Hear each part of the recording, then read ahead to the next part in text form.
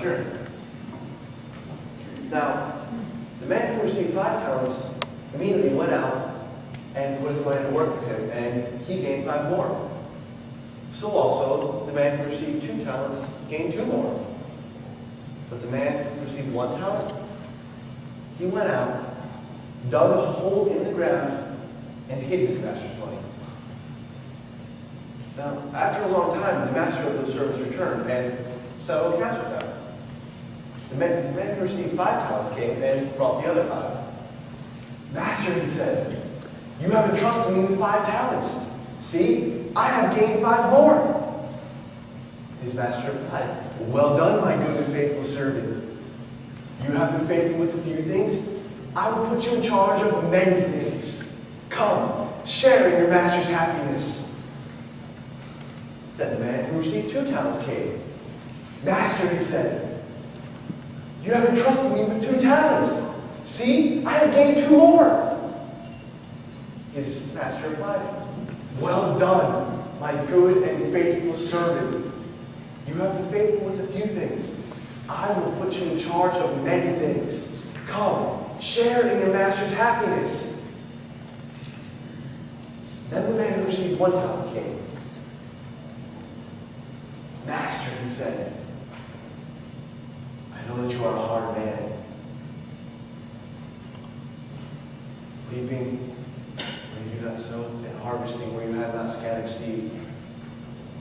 So I was afraid, and I hid your talent in the ground. See, here's what belongs to you. His master replied, you wicked, lazy servant! So you know that I harvest where I do not sow, and I reap where I do not scatter seed? Well then, you should have put my money on deposit with the bankers. Then I might have received it back with interest. Take that 1 talent from him. Give it to the man who has 10. For whoever has, he will be given more, and he will have an abundance. But whoever does not have, even what little he has will be taken from him. And throw that worthless servant out into the darkness, where there is much weeping and gnashing of teeth. That is one intense parable. The 3rd guy didn't think he received much from the king. Sitting and crying last night. See, I feel that way a lot. Like my whole Christian life is trying not to do bad things. I mean, you've been a Christian for 3 months and know the Bible a ton better than me or anyone else in my Christian school. For you, the Bible is like a treasure to explore and discover more and more. You're constantly finding amazing verses to fight off temptation, witness to others, or it's just to love God more. For us, it's a dry, empty book. I mean, we memorize verses from it for class, but just forget them right after.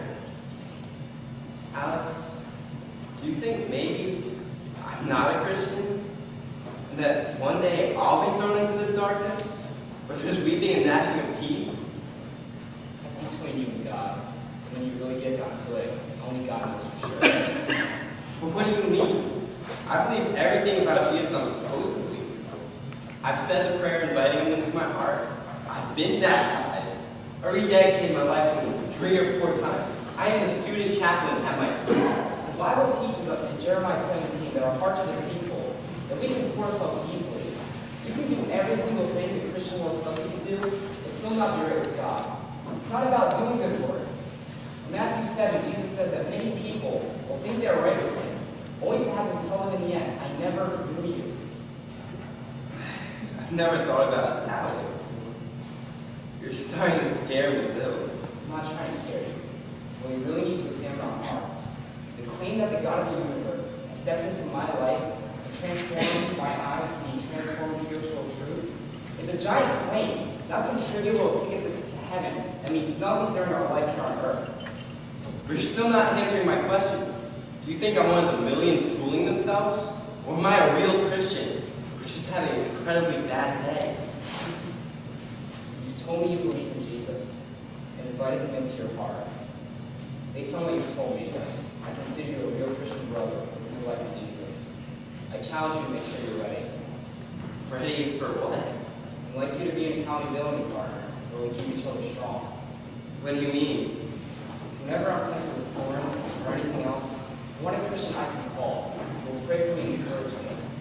I also want someone to call when I do mess up and something. You want me to be your accountability partner? After what happened today? That could have easily been me. And according to Numbers 33:23, if I do not take this sin in my life seriously now, someday that will be me. But if you fail to do this, you will be sinning against the Lord, and you may be sure that your sin will find you out. I want to be used powerfully to bring others to Jesus. And it scares me so much to think that I may someday disgrace the church and hurt people by my sin, like my grandfather did. If you ever see me falling away from God, even a little bit, I want you to challenge me with Scripture, like I challenge you today. Well, then I would love to be your accountability partner. And for us to help each other grow closer to God. I never want what happened today to happen again to you or me. But I feel especially bad for your cousin. She'll never want to be a Christian now. I don't know about that. I believe our God is bigger than any of our sin. Our job is not to show others we're perfect, but to tell them that God forgives sinners like us and gives us His power to help us overcome sin. Actually, this reminds me of a memory verse at my school this week. It says,